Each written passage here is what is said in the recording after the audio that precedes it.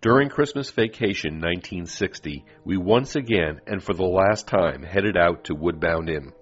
One of the interesting side trips, when one stayed at the inn, was a cross-country excursion to the Cathedral in the Pines. This was a memorial to Lieutenant Sanderson Sloan, an Army Air Corps officer killed in World War II. This strikingly beautiful site was within 2 miles of Woodbound.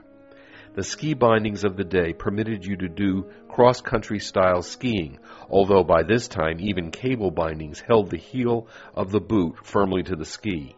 It was the flexible boots that allowed the ankle to move such that one could glide across a flat surface and even climb a modest incline.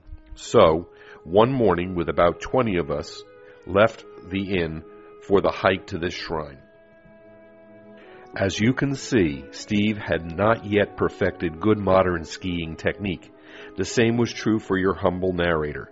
In fact, it would be the winter of 1963-64 before I would learn how to make a true parallel turn and bend at the knees and not the waist. There was one other ski trip we took with the family, and I believe it was over New Year's 1962, where we went to Mount Snow, Vermont. I can find no pictures of this trip, but it was memorable to me because it was one of the coldest days I had in my life. New Year's Day was minus 20 degrees. Needless to say, no one went skiing that day. The next day it warmed up to minus 10, and we did ski, although we made frequent trips to the lodges and warming huts on the slope. The last big, full family vacation we went on was the Great Western Road trip of August 1962. I was already in college and driving, so it made sense to Dad to show Steve and I the national parks that made such an impression on him. Like the trip to Europe, I was once again of two minds about going along.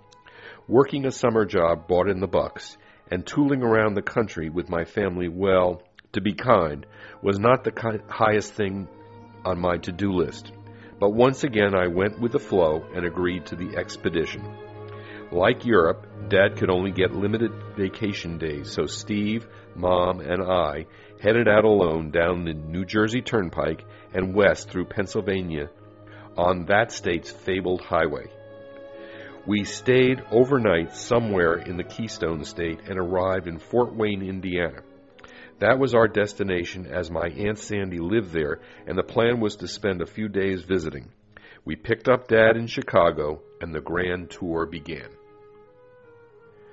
As you no doubt have noticed, the pictures do not follow the text exactly.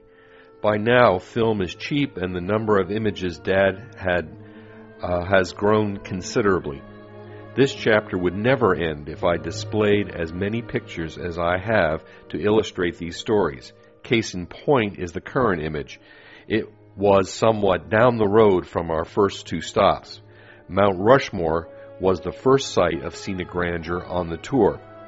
From there we drove through the Badlands, which were true to their name.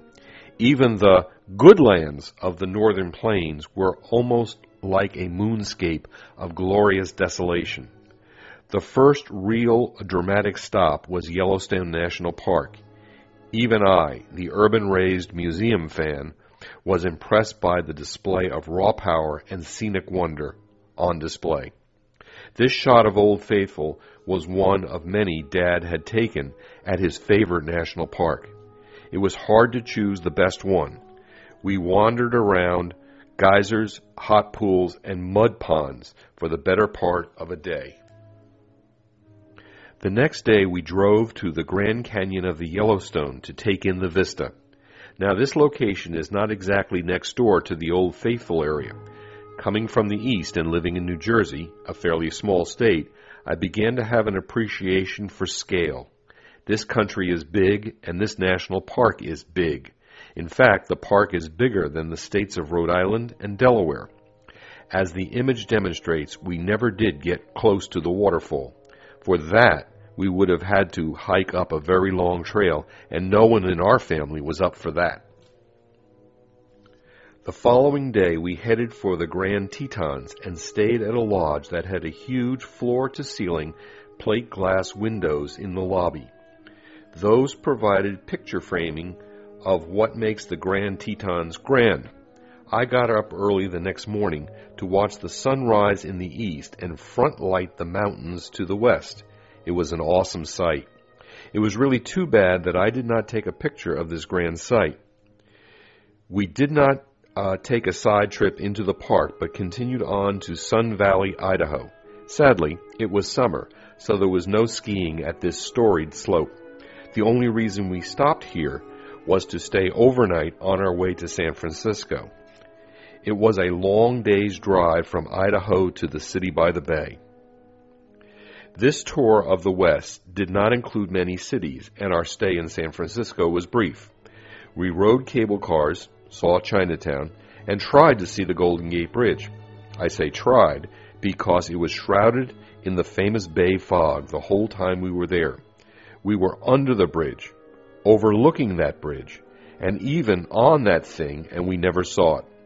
We were driving out of town on the Bay Bridge with yours truly behind the wheel when I happened to glance in the rearview mirror. The fog had lifted, and in the morning sunlight there was the Golden Gate Bridge resplendent in all her 1930s glory. Let me comment once again about the difference in the way I travel and the way the folks did. Pat and I do cities, and I might say very slowly.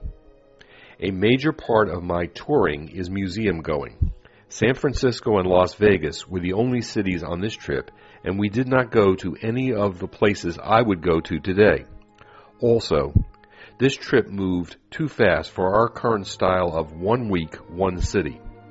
This is not a statement of criticism, but just an observation of stylistic differences. Back in the car, we headed to Yosemite National Park. Dad showed us some of the sights he found so breathtaking, but I must fess up that after seeing the geysers in Yellowstone, Yosemite was a bit of a disappointment. I had yet to be exposed to the photography of Ansel Adams. From here, we crossed the desert to Las Vegas. None of us gamble, so it was just the lights, the glitz, and Hoover Dam that brought us to Sin City. I must say that I was impressed with chuck wagon-style buffet meals.